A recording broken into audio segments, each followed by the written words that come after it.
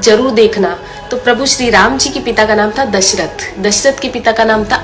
अज के पिता का नाम था नाभाग, नाभाग के पिता का नाम था ययाति, ययाति के पिता का नाम था नहुष, नहुष के पिता का नाम था अम्बऋषि, अम्बऋषि के पिता का नाम था प्रशुश्रुक, प्रशुश्रुक के पिता का नाम था मरु, तो मरु के पिता का नाम था शिग्रक, शिग्रक के पिता का नाम था अग्निवर्ण, अग्निवर्ण के पिता का नाम था सुदर्शन, सुदर्शन के पिता का नाम था शंखण, शंखण के पिता का नाम था प्रवड्ड, प्रवड्ड के पिता का नाम था अंशुमन, अंशुमन के पिता का नाम था दिलीप,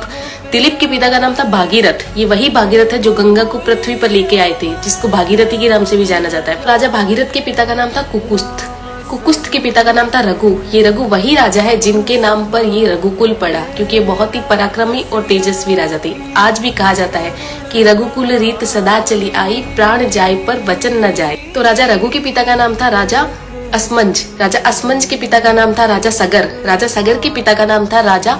असित, राजा असित के पिता का नाम था राजा भरत, राजा भरत के पिता का नाम था ध्रुव संधि, राजा ध्रुव संधि के पिता का नाम था राजा सुसंधि, राजा सुसंधि के पिता का नाम था राजा मानधाता, मानधाता के पिता का नाम था युवानाश्री, युवानाश्री के पिता का नाम था दुंदुमार, दुंदुमार के पिता का नाम था त्रिशंकु, राजा त्रिशंकु के पिता का नाम था राजा पृथु, राजा पृथु के पिता का नाम था अंडरण्य, अंडरण्य के पिता का नाम था राजा बाण, राजा बाण के पिता का नाम था विवस्वान, राजा विवस्वान के पिता का नाम था राजा मनु, राजा मनु के पिता का नाम था